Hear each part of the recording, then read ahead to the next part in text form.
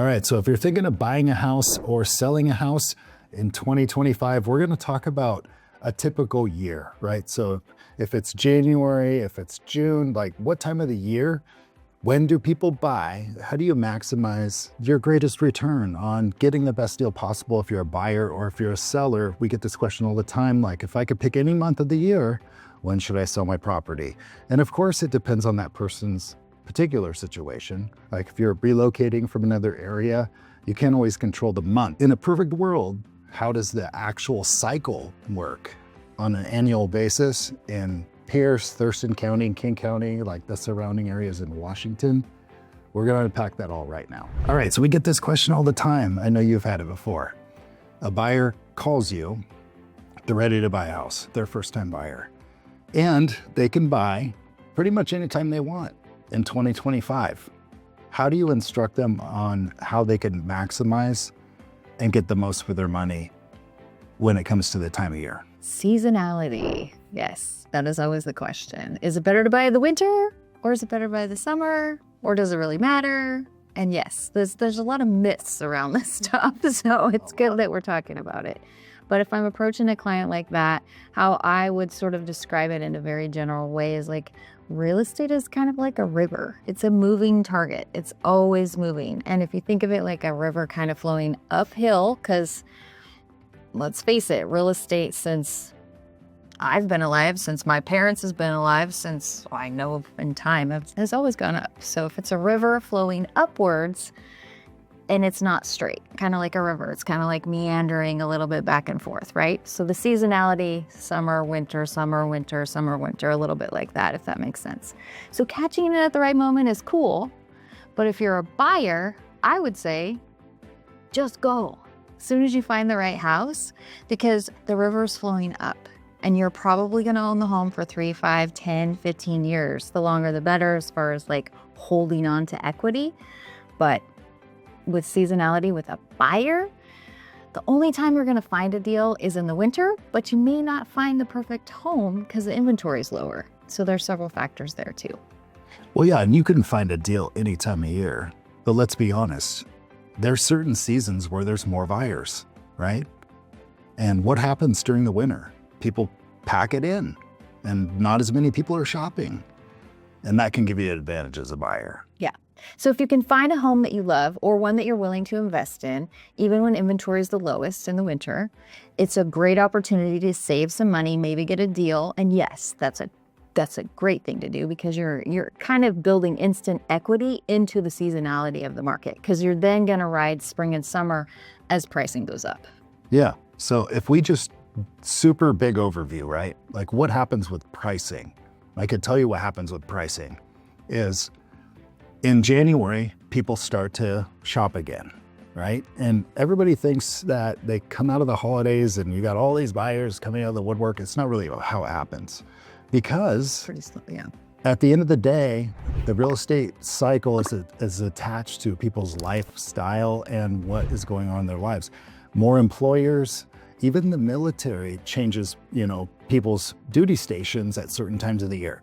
So the real estate market builds starting in our area in February, March, and April. This is when people feel like, oh, my backyard looks great. Now I'm going to list my house, right? How many times have you heard people don't want to list my house in January, but I'd be willing to do it when the flowers are blooming in April, right? Or we got to paint the back deck, or something outside needs to be fixed first and it's snowing, so nobody wants to do that in February. So yeah, it's definitely seasonal with the temperature. Yeah, so, and you can get a good deal any time of year, but a good deal is relative to the value of the home. Meaning like somebody might have really overpriced the house and now you're buying it for $50,000 less. It's been on the market for 3 weeks, so you think you're getting an awesome deal.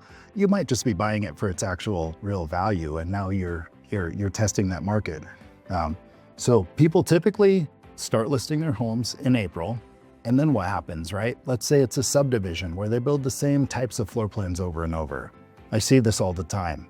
Let's say it's a 2,000 square foot plan. Somebody will list the house for, say, $500,000 starting in March, and then what happens? The next one sells for $505.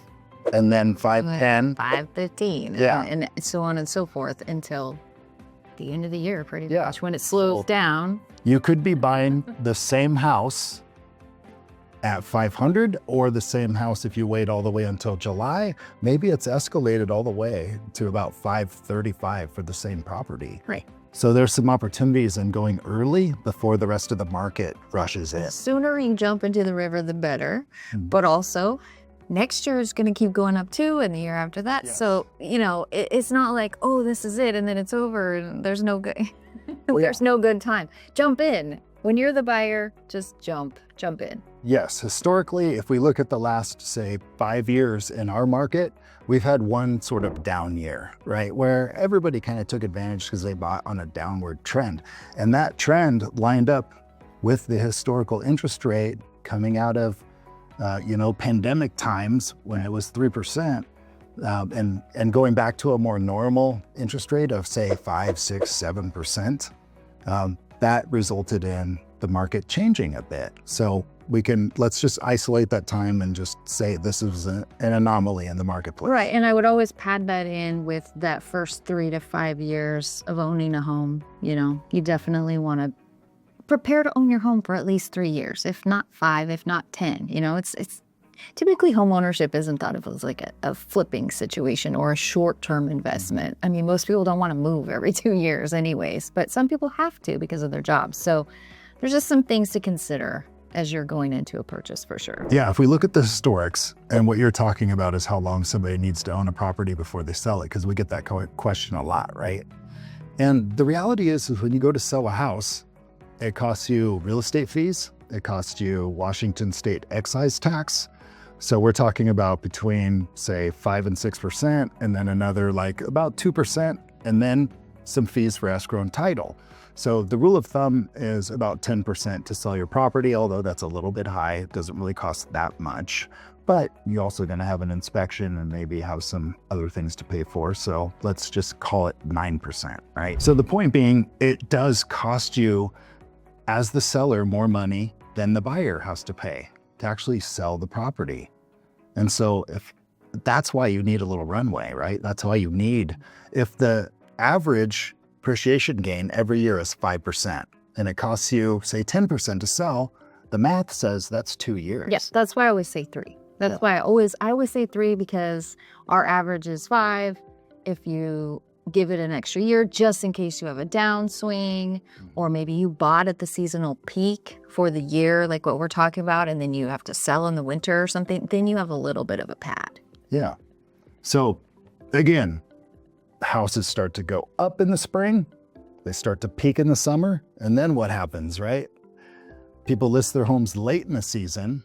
They get close to Halloween and Thanksgiving and then Christmas.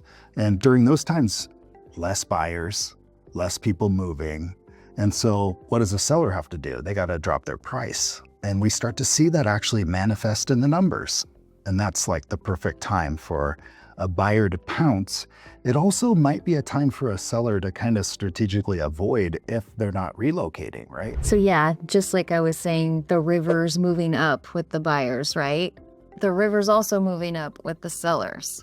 So you could sell in the winter if you need to, and of course you're going to reap what you sowed 10 years ago or 12 years ago, however long ago you bought the property. But if you can wait until spring, if you can wait until summer, I always suggest that that's the best time of year to do that, because your house looks the best typically, and also there's more buyers on the market that are going to potentially fight over the price, and you could get more.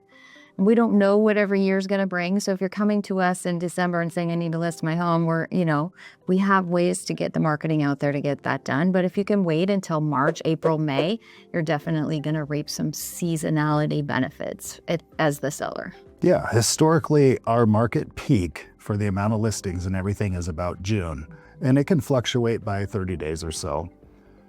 If you can simply list your property before everybody else does in that block of time, now you have access to more of a buyer pool. Yeah, there's like pent up demand because they're all like waiting for what's going to come in the spring market. 100%. Into February, first week of March. It's really kind of fun to watch. Yeah. Yeah, and if you miss that window, there's going to be another window you could take advantage of right after all those transactions actually close escrow and you have all these higher numbers for that year, because an appraiser is going to have, typically your home's going to sell and there's going to be financing on it, right? So it's going to have to be appraised.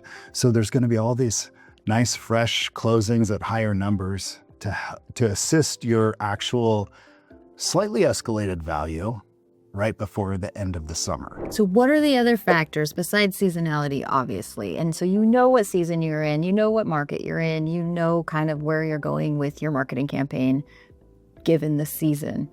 What else would you look at? So if I'm working with somebody who's a seller specifically, and we're looking at their property and they're in the neighborhood and they're, say, 4 bedrooms, 2,500 square feet, what I'm looking for is what are the other listings that are the same? Like about price the same, what's my competition? Because sometimes sellers have this, say like 1 to 6 weeks where they could put the house on the market and they're trying to time it, right? There are times where you can take massive advantage of the marketplace by waiting until there's no other inventory like yours. So you truly have the only house just like this one, 4 bedrooms, 2,500 square feet, where you can strategically list at a certain time.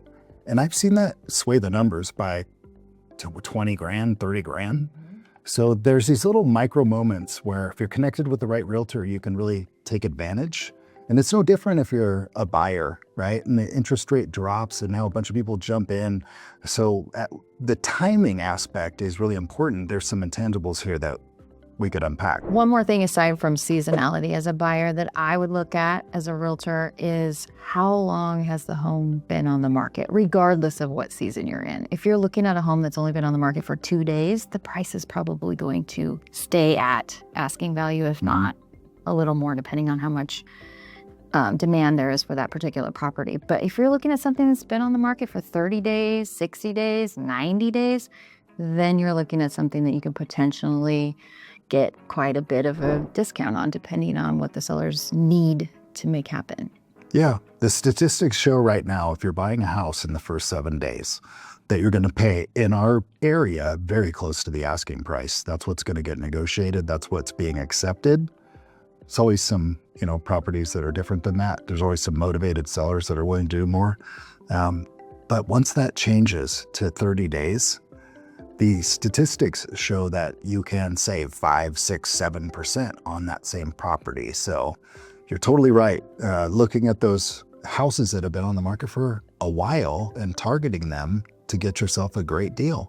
Yeah, so if I was really after a good deal, I would be looking in February and looking at properties that were over 30 days old. Yeah, so if you are a buyer, you should be looking to buy a house in the period of the year, specifically in the winter, where you can get the best deal possible in the easiest way possible when sellers are stressed out. Their home's sitting there and it's not selling.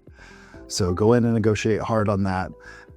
What other times of year do you think sellers should actually really focus on? If I were selling my home, especially if it had a beautiful exterior, I would be thinking about March, maybe June. Those are probably the 2 months that I think are the best. Yeah, beat everybody else to the punch. Most amount of buyers out there are very close to it. There's everyone's leaving school, so they're thinking, oh, we got to move over the summer, and this is the first fresh market for the summertime, yeah. So if you're watching this video, you're going to come to this area. So we serve Olympia, Pierce County, King County, basically all of the South Sound of Washington. You want to time your purchase up right. Get in touch with us early. Just send us a text message, send us an email. More than happy to jump on a call, figure out your situation, tell you a little bit about what's going on right now, and try to get things timed up for you because it can mean the difference of thousands and thousands of dollars.